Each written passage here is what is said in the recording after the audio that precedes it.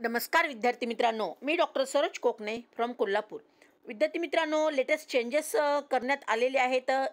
ते NTA कडून काही बदल आणि नवीन सूचना देण्यात आलेल्या आहेत। कोणत्या आहेत ते अगदी मी तुम्हाला यूट्यूबच्या मार्फत सांगणार आहे।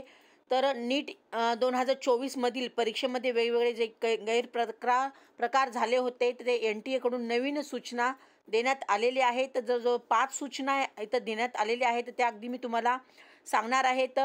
तर पहिली सूचना आहे की नीट परीक्षेसाठी प्रत्येक जिल्ह्यातील जिल्हाधिकारी आणि जिल्हा पोलीस प्रमुख यांच्या नेतृत्वाखाली एक कमिटी नेमण्यात आलेली आहे आणि या कमिटीच्या देखरेखीखाली परीक्षा पार पाडली जाईल।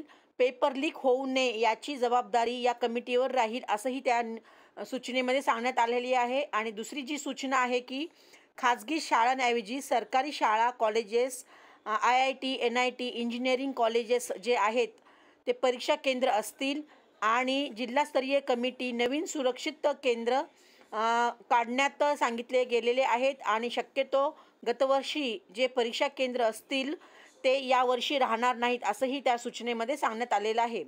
आणि नंबर 3ची जी सूचना आहे की प्रश्नपत्रिका आणि उत्तरपत्रिकांची वाहतूक सील कंटेनरमधून आणि CCTVच्या देखरेखीखाली सिक्युअर कुरिअर सर्व्हिस मार्फत पार पाडले जाईल असंही तिथे सांगण्यात आलेलं आहे।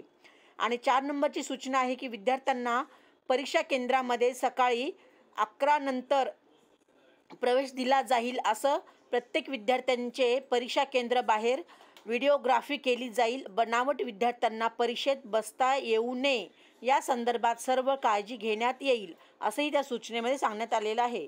आणि 5 नंबरची सूचना आहे की परीक्षा केंद्रामध्ये जामर लावले जातील, तसेच कंट्रोल रूम देखील बनवले जाईल जेथून परीक्षेच्या संचालनावर नियंत्रण ठेवले जाईल। तर विद्यार्थी मित्रांनो, हे 5 सूचना NTA कडून सांगण्यात आलेले आहेत।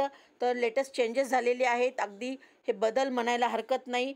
तर विद्यार्थी मित्रांनो, अगदी हे तुम्हाला 2025 मध्ये जे विद्यार्थी एक्झाम देणार आहेत त्यांच्यासाठी खूप अगदी महत्त्वपूर्ण हा व्हिडिओ राहणार आहे।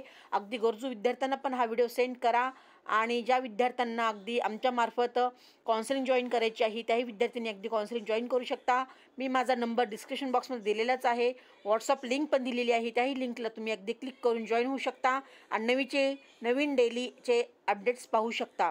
तर ओके मित्रांनो, ऑल दी बेस्ट। जय हिंद, जय महाराष्ट्र। थँक्यू।